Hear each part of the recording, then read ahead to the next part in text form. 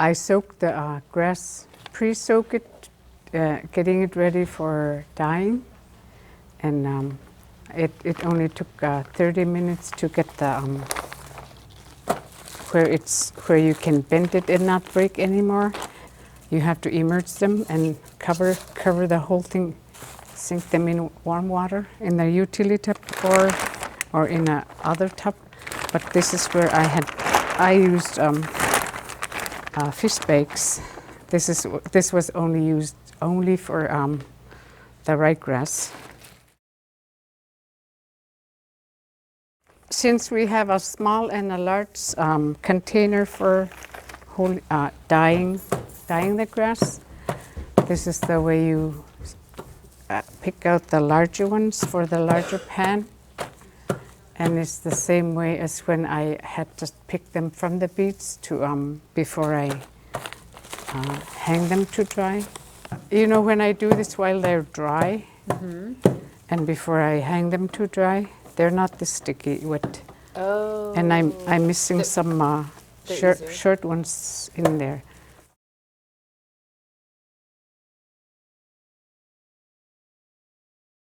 What are you looking for right now when you're picking through the grass? You know, something that's dark color, what was wet too long, and it has dots. Yeah. I'm taking those out. She's picking through them to make sure that we don't dye ones that have too many spots and have these dark areas that won't dye properly. And they'll break easy too. Oh. It's not a good quality.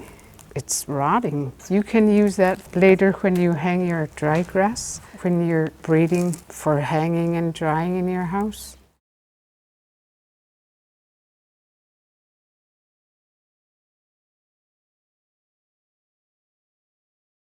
For the past few years, when it has been raining too long in the fall, it's the top that starts to rot, like, you know, from too much rain. Yeah. And doesn't, you know, give it time to dry before next rain. You know, we never had a frost like 2 years ago. Didn't frost until like was it in November or December? November. Our first frost is always September, but frost never came that time. But last fall, 2018, yeah, we had frost, and but then when it started raining, it rained too long, and you know, it would try to dry it, but then the rain would come again. It was so constant that we had almost like we had to really hunt for the right ones. Color comes out. Yeah. It's when it's wet, when you soak it, pre-soak it for dyeing or for hanging. No, getting it ready for. If you miss 2 or 3 or a dozen, then this is when you find the ones that have blemish and have maybe some insects have laid eggs on them. This is time consuming, but it's what you have to do. You see that green, so that was picked while it was green. Yeah. Some will be green. So is this one. And I think this was on the inside. So will this grass always stay that color, or will it continue to get lighter? It'll get lighter. When you pick them one at a time, there's like an elbow on the bottom. Okay. See the purple one here? This is how we pick them. This will be on the bottom. You pull, Yeah. and you have to have you have to pull hard. Yeah. Here's another one. Try pulling that. There's an elbow there. I call it an elbow. It's where it comes off when you pull on the grass. Yeah. You have a lot to learn. There is a lot to knowing so much about each grass Yeah. and what you find.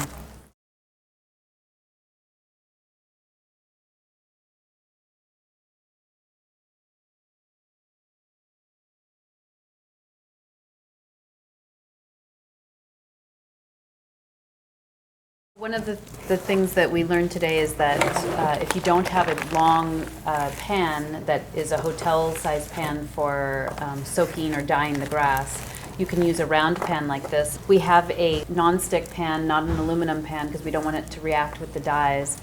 And it's with the round pan, we're using the shorter grass, which, as Grace has described, is separating out. And we can use the shorter grass in here and fill it up, but you still need to make sure there's enough room to be able to turn the grass, so you don't want to fill it up too much, and that's the danger because they're curved around in the pot, and you want to make sure that there's an ability to get the color saturated throughout the grass. The less you put, the more richer color you'll have. I'm going to still take out a few more that are too long. If we want a good color, this is what you have to do, take out some of them. So for the amount of grass that you have in this pan, how many packets of the dye do you want to put in? 2 packets. This might be how we might need to do it. You know, once it softens, then we can fold it. Like spaghetti? Yes, yeah, like spaghetti. Yeah. Do we have something to start with? Yes, we do. Okay, here goes red. 1 cup salt to dye bath or cotton yarn. 1 cup vinegar to dye. We don't need vinegar, just salt. So we added 2 packets of RIT dye. Both of them are red, and although the packet said to add a cup of salt per packet and some vinegar, Grace let us know that we just needed to add 1 cup of salt per pot. The directions, direct you for the dyes depending on what your material is, and obviously the box does not tell us what grass needs to be dyed at. So right now I'm just mixing carefully, not scratching the pot. So we had the grass in the pot, as you saw earlier, more to see how it would fit and how much would be an appropriate amount. But we took it out before we added the dye because we want the dye to be fully mixed and for the grass to then be immersed fully at one time. We'll use less than half a cup here. Okay, so you've decided we were going to use a little less grass? Yes. In this large pot? Mm-hmm. We need to immerse all of the grass. We were doing the spaghetti lake. This way? You know what I used last time? I used the stones I had found at the beach. I have a couple of them, and then it'll help. It for helps weighting. for weight. So we need blue here and less than a cup. Okay, now we need the 1/4 cup salt.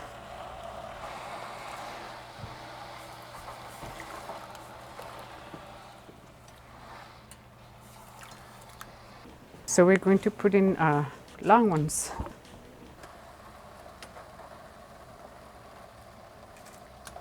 So I'm just trying to keep the grass under the water, is that Yeah. correct?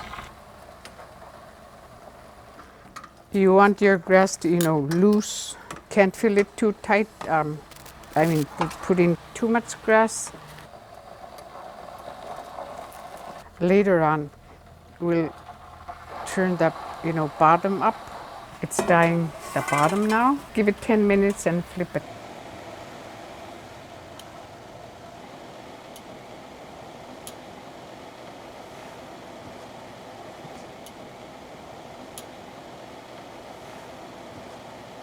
The other thing I noticed while using this round pot is that a spoon worked much better than the tongs. And you can see Sarah's also got a slotted spoon so that she can move the grass around, but it's also bringing the dye liquid all around the grass, and it's not just keeping it. So definitely recommend a spoon or a slotted spoon.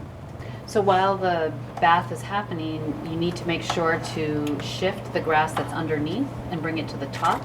So you can see Sarah is doing that by gently moving the grass side to side, and then able to bring the ones from underneath to the top, and so you're getting a constant rotation of the grass. It's a little bit more difficult in the round tub, and so it may not be happening as much as in the blue tub.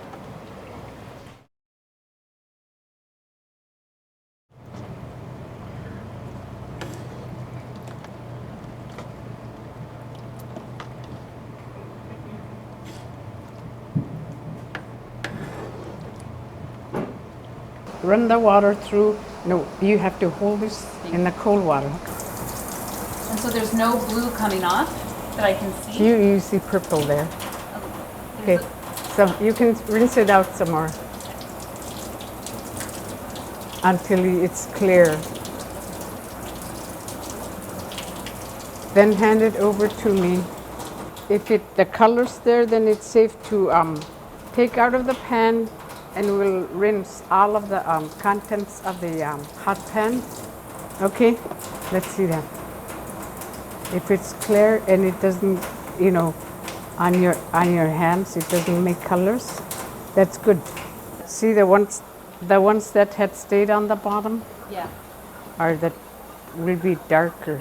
See, does it look black to you? And looks here's a dark lighter blue. color. Yeah. There'll be some lighter ones and darker ones too.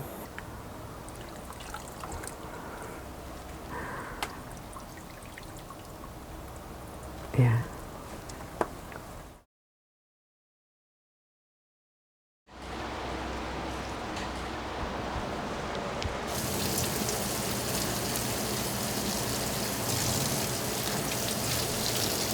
I've been rinsing each of these bundles until the water comes clear so that we can make sure any excess dye is no longer on the grass. And you can still see a little bit of the bluish purple coming off, so I keep rinsing and rinse it really well. Even after you rinse it out, there's still some tint some will of, come out? yeah, Yeah. tint of blue. But this looks good.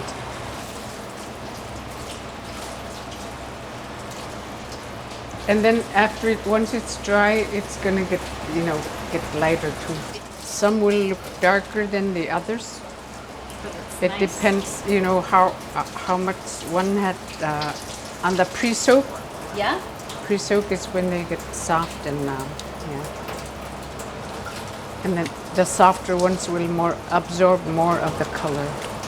So this is ready to stand and drip In that before bucket? we lay it flat. Plastic bag for dripping excess water, and a cardboard box inside. On the bottom we have a towel. Stand a little bit, let it drip dry before we lay it flat. Is this okay? Yeah. And watch. Once you lay it in there, you can make room for everyone. You're draining more of the water, Yeah. the excess water. Here's another one. You don't want to leave your grass in the water for too long. There are some that might be weak and then get weaker as if you leave it in there too long. When you're handling them, keep the bottoms together. That way it will save you time when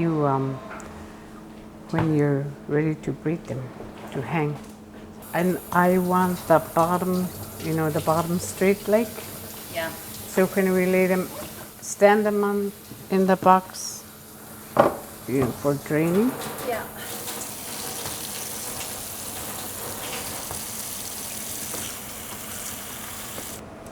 If I were to squeeze some of the water out, if I feel some on the bottom, you're not twisting, or you're just squeeze it. Safe enough that it won't break the grain on the grass on the bottom of the grass. Okay. And you've squeezed even more water out of the grass? Very gently, Very gently. and you never twist. Yeah, and then ones like that are this way. Yeah, and we want to let them keep them. All the bottoms are together. Maybe this is too many in this. And is this what we have here a little too thick? Do we want to move some over here? Same with anything that rots from being in the water for too long. We want I'll roll this and take some of the water,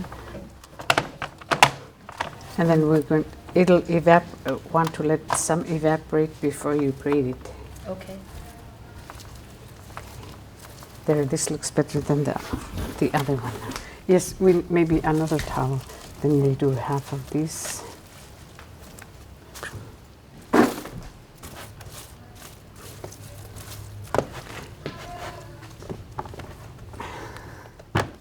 Okay, like this. Yeah. Okay. Here's one more. It's smaller, but Okay, then they're ready for with the towel helps, so they're ready. So they're ready for braiding. Here's our starter. okay. One long one here. Wait. Split it in half. Go ahead and take one. Oh. I'm sorry. Split it in half, middle of the plate. Here. Mm-hmm. Just cut like Is this. it a white one? Yeah, it's good. Yeah. On the top. Now on the top, I make a cross. Move back. Did you come across this way? Mm-hmm. Yeah, Okay. This the way. opposite. Yeah. Okay, then we watch my hands twisting the opposite. That's my beginning. I twist it opposite side, like twining it, and just one knot. Pick 5 or 4. If they're thick, 4 is good. And then we're going to start from the middle.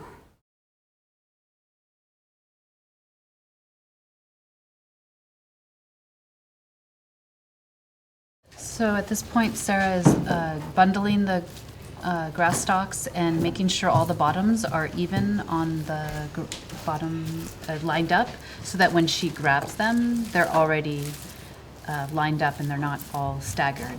And that's important because it'll help move the process of braiding the grass faster. So she has a piece of undyed grass that she's going to use to braid, and she's grabbing 4 to 5 strands to create a bundle, and she starts by putting it through at the start, and she picks a place that's in the middle,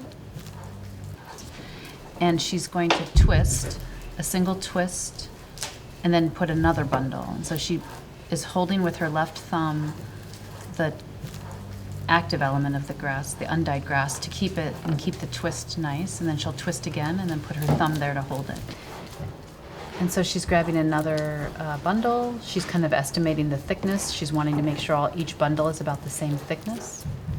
And she's also making sure that the ends on this end line up. And she does one twist, then grabs a bundle. And as you notice, the one that was under is now on top, and she folds it away from her, lays the bundle down, twists, grabs another bundle. And by doing this, she has the undyed grass ready for the next bundle. So it's very efficient. One of the things that's nice about the way she's holding her bundles and braiding is that it's keeping them from moving, and she has an even pressure on her twist. She's come to the end and she needs to braid to create the loop. So she's adding a piece in, and she's putting the thinner end of the grass towards the piece that she's bundling, and now she's created 3. So she can do a 3-strand braid, which is just a normal braid. The braid she's making, for the smaller bundle, she probably could get away with maybe 3 or 4 inches, but for some of the bigger bundles, like the ones that we did earlier, about 5 inches was needed. So you're tying a knot.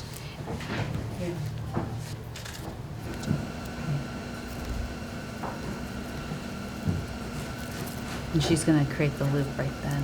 And so now she has 2 strands. She's gone back to 2 strands. So she's doing the same movement, but now she's twisting away from herself. And so you can see how she's holding it slightly differently. But she's still twisting, grabbing a bundle, putting it between the 2 strands, and then twisting. And then the next bundle goes between the 2 strands, and then twist. And those little kind of ends that she's trying to tuck them in so that they don't go snagging around. And there was one last lost piece from that bundle, so she added that back in. Is the grass that she's using to twine with damp, moist? Can you describe it? It's not super damp, but it is malleable. It was soaked in some warm water and then kept it in a bag while we were doing all the dyeing. And it's still damp. It's still malleable, and if it had been too dry, we would have had to maybe put it in a damp towel or do something to create a little moisture and get some flexibility.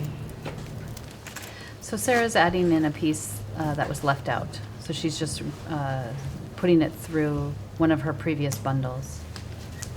You can see her drawing it in. And now she's coming to the end of her second row of twining. And so she's getting ready to do her last couple twists. And once those are done, she will tie a knot in the end. And then, so one knot, and then she'll do a second one with a bow, or maybe not. Nope, second knot. And then one with a little slip knot. And then she's done, and she can hang it up